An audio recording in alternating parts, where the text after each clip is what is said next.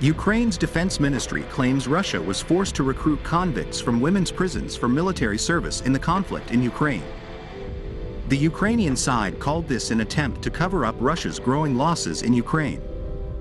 Last week, a train with sleeping cars for the transfer of prisoners was seen moving towards the Donetsk region.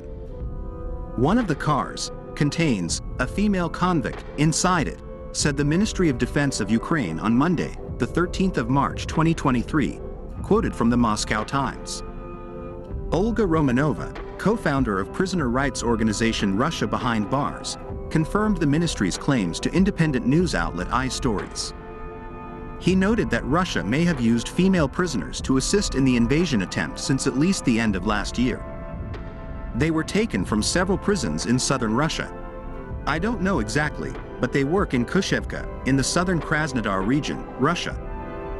Romanova told iStories.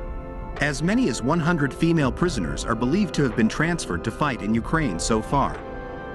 It remains unclear whether the recruitment was voluntary or whether the detainees have been forced into Russian military prisons.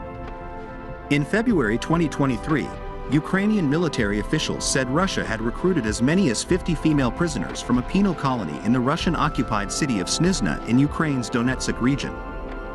According to a WIO news report, homeless people and those with very little military experience are also being recruited by Russia to strengthen its forces. The recruits are sent for training in Russia before being returned to Ukraine to fight. Wagner Group recruit new soldiers. Recruitment of Russian prisoners for the war in Ukraine has been frequent, such as that of the Wagner Group. Wagner Group leader Yevgeny Prigozhin said he stopped recruiting Russian prisoners for his group as early as February 2023. However, the Wagner Group resumed recruiting troops on March 10, 2023, to replenish its troops. PMC Wagner recruitment centers have been opened in 42 cities of Russia, Prigozhin said in a statement, referring to his Wagner Group, quoted by Newsweek. They will be recruited from sports centers and martial arts clubs. Despite the colossal resistance of the Ukrainian armed forces, we will continue to advance, he continued.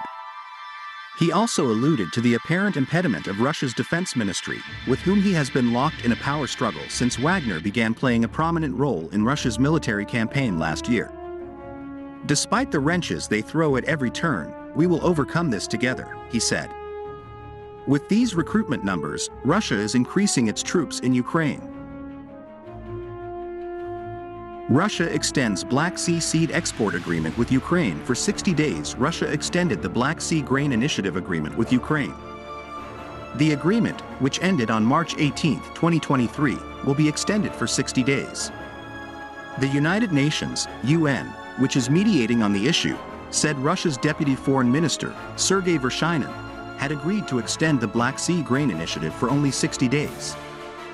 The UN takes note of the announcement made today by the Russian Federation regarding the extension of the Black Sea Grain Initiative for 60 days, said a UN statement, Monday, the 13th of March 2023, quoted by the Moscow Times.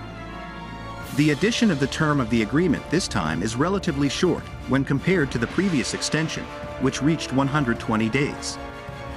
The reason? Russia wants to apply restrictions on agricultural exports.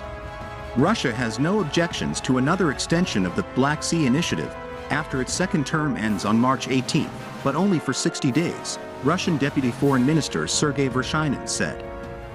Apart from the United Nations, Turkey also acts as a mediator in this agreement. The Black Sea Grain Initiative aims to prevent a global food crisis by letting Ukraine export grain safely from 3 ports in Ukraine. Our next stance will be determined on the basis of real progress in the normalization of our agricultural exports, not in words, but in deeds, he added. Russia argues that while Russia's agricultural exports have not been explicitly targeted by the West, sanctions over its payments, logistics and insurance industries have created barriers to being able to export its own grain and fertilizer. The UN-brokered deal, also supported by Turkey in Istanbul, has allowed the export of 24 million metric tons of grain and more than 1,600 safe passage of ships through the Black Sea. Approximately 55% of food exports go to developing countries, quoted from the United Nations website.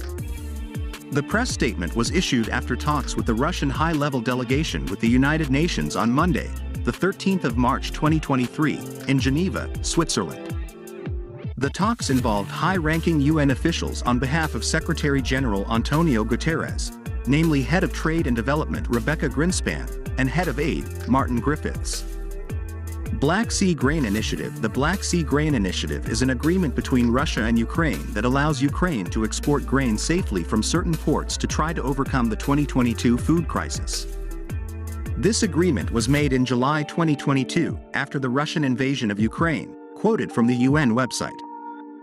The Black Sea Grain Initiative has been extended in November 2022. The agreement, which ended in March 2023, has been extended for another 60 days.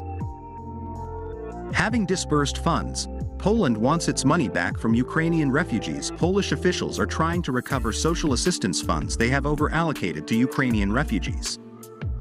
This effort was made after the refugees left Poland.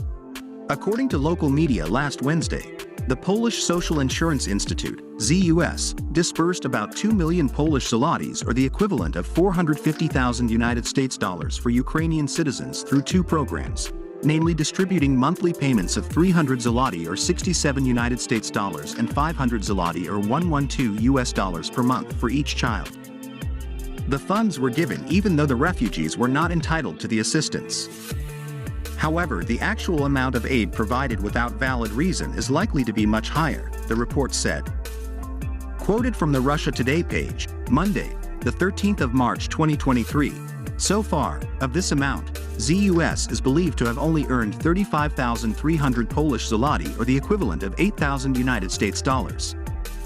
ZUS spokesperson Paweł Zabrowski said the organization was successful in issuing further rulings on over-collected benefits and obliging beneficiaries to return them. They, refugees, have 2 years to do that, explained Zabrowski. As is currently the case, if a Ukrainian refugee leaves Polish territory, the assistance he receives from the local authorities or ZUS will be terminated. Then if the refugee stays outside Poland for more than 30 days, then he completely loses the right to all the benefits associated with this status. Poland has tightened its rules for Ukrainian refugees in recent weeks. From March 2023 onwards, they will be allowed to stay in temporary accommodation free of charge for only 120 days from arriving in the country. After that, they must cover 50% of their living expenses, but no more than $9 per day. Then next May, these figures will increase to 75% and $13 respectively. Under the new rules, ZUS has temporarily stopped paying benefits to some 3,200 Ukrainians who have fled the country. However, Zabrowski promised that aid would be returned if evacuees returned within a month. Since the start of the conflict between Russia and Ukraine in February 2022, millions of Ukrainian refugees have left the country for various European Union (EU) countries, with Poland being one of their main destinations. According to United Nations (UN) data, more than 1.5 million registered Ukrainian refugees are currently still on the territory of the country.